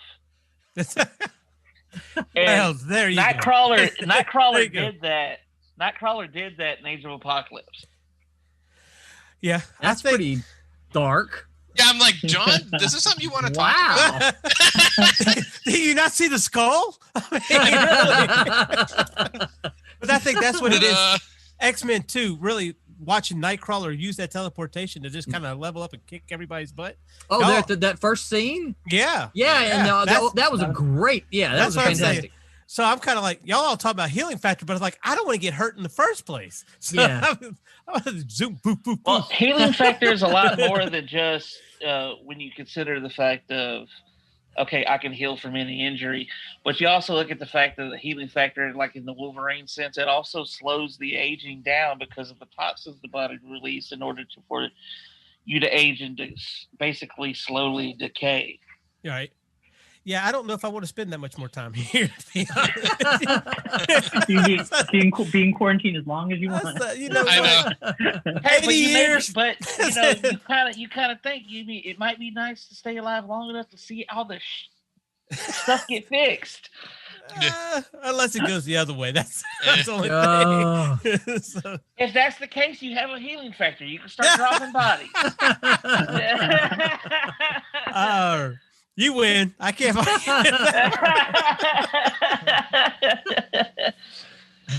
You're one of the few people who can walk into a SOCOM headquarters and just start dropping people because they're doing damage to you, and you're just like. See, I think it depends on how the healing factor actually works, because if you get a bullet shot in you, I mean, if you can literally instantaneously pop the bullet out and heal, well, that's like super fast regenerative properties, right? Right. But if you get shot, then it takes you a while to heal, but you can still heal perfectly. I mean, what happens to the heart? Can you still stab the heart and kill somebody? I mean, once you're dead, right? You can't heal from a death. Right. Well, it seems like, do you guys want more like near immortality? Because you guys talk about healing factor, but I'm like, do you guys plan on like testing them out, like going out and getting beat up and stabbed and shot or whatever it'd be like? Listen, I'm talking about flight. I ain't jumping off a roof. I wonder if I can fly. That's what worries me about flying. It's like, okay, how long is it going to work for me? Because I'm imagine being 50 feet up in the air. Yeah. Well, like, did you ever see The World's Greatest American Hero? Yes. Oh yeah. Yeah. Great TV show. Yeah. Funny. Would you?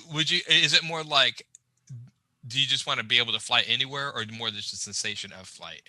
I think more It than would just be this. I think more than just sensation of flight, being able to say, you know what, I'm gonna run to the mall and just step outside my door and just fly over to the mall, right? Yeah. Not have to worry about traffic, not have to worry about stoplights and stupid people on their phones all the time on the road, and the sensation of it as well, going, you know. I mean, I guess technically, you can get the same sensation running.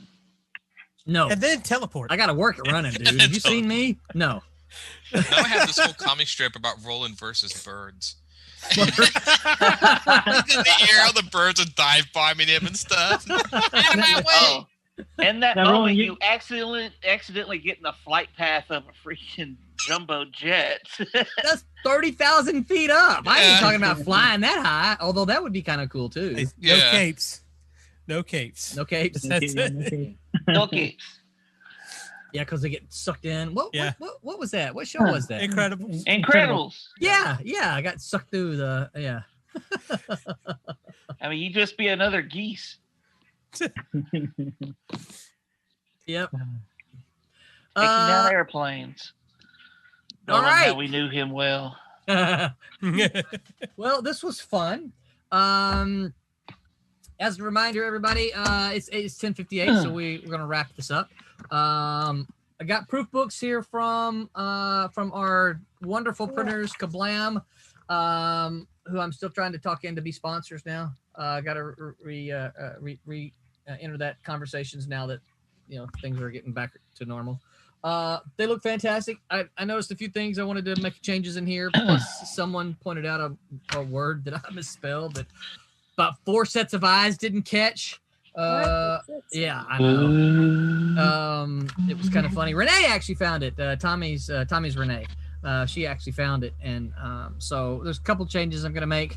The other thing is, can y'all believe I forgot to put titles on these stories, and so it's like this one, and they didn't have titles, so I'm adding titles to them. So You got so excited to get that finished that you I really did. Yeah, I really did. I'm like, yeah, it looks so good. Let's get it out. But so we're anticipating that probably 10 days, something like that. And then we'll start fulfillment here, which will be exciting. We'll just kind of start getting them out. So yeah, so those of you who backed this Kickstarter, it's close. It's getting closer. Can't wait to put them in your hands. Don't forget, we'll talk more about the Comic Conway as we get closer to November, but we're talking that's about 4 weeks from now. So we're pretty excited about that. Going to have a whole kind of Silverline thing with Comic Conway. This Sunday, our group is going to be talking about, and then for us next week, we're going to be talking about our comic influences. And somebody, Silverline Comics just posted, how are my favorite comic nerds? So that has to be somebody that we know using the Silverline Comics thing. No nerds on here. Is that you? Yeah, we're geeks, not nerds. Yeah, I know. Can we just get proper terminology? Okay. Although somebody was talking quantum physics earlier, but I'm not pointing any fingers. That was Brett. He stepped in. He goes, "Sorry, I don't know why I meant for it to be me." He just got back from Disney. So we're going to be talking about our comic influences. And when I say comic influences, we all have things that we've been influenced. Like I know I've talked about, my writing influences before, people like Ray Bradbury and H.G. Wells, things like that. No, we're going to talk about comic influences, things in comics that influence us today. So that's what they're going to be talking about Wednesday. We'll talk about that on Sunday as well. And so let's go around and tell everybody where they can find you. See, Michael, thanks for jumping in. Last couple of minutes here. It was kind of fun to have you jump in and raise a little cane. Got to come at you with that flight thing, Have a conversation about that. Yeah, but imagine how much fun it would be to just throw something over your shoulder and say, "Hey, I'm going to fly up to North Carolina for a show up there." I don't know. 3 feet off the ground. It's not really going to Think of like if he had Feet, I'd like teleportation. to I'm be not 3 getting any feet. higher than that. I'd be at least just above the tree level. Oh no. I think he wants teleportation so he can jump into any conversation. Like, I think that he probably fly. He just appears on a puff of smoke. These two nerds at a Comic Con are like, "What are you?" He's like, "Let me educate you on why you're wrong." Right, yeah. Let me come and tell you why. No, that's not true. John, tell folks where they can find you on the interwebs. Apparently everywhere. I'm hiding everywhere. I'm like, where's Waldo? That's interesting. Facebook page, John Vampire Martin. Twitter, John Martin Art. Instagram, Patreon. I'm sure I can't remember them all. Probably gonna have to have a card to hold up next week because I know make it a little easier. Yeah. But the links will be posted below. I was gonna say, as a reminder, I'll be posting the links down in the comments or in the not the item description, the description, whatever it's called, the stream description. Who knows if Roland gives me permission to like post some things? Who knows what will pop up?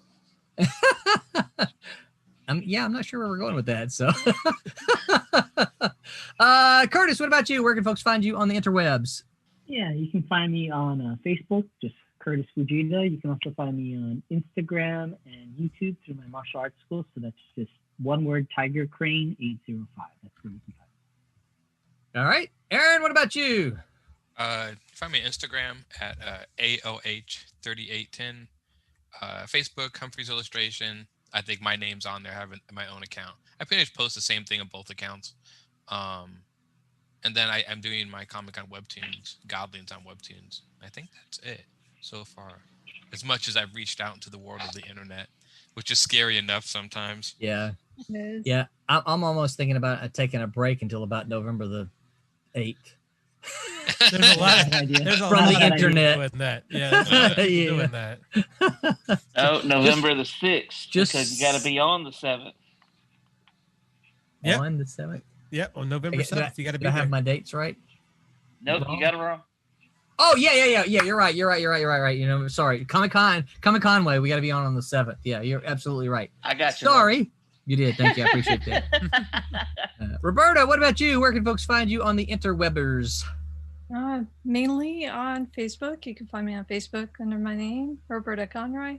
And Instagram, Roby Conroy, ROBI. And I also have robyconroy.com. Ooh, nice. Mm-hmm. Yeah. And have I said lately, Roberta, how happy I am that you've joined us and thrown your hat in the ring? Makes me happy. Thank you. Makes me happy. Good. Thank you. See, Michael, what about you?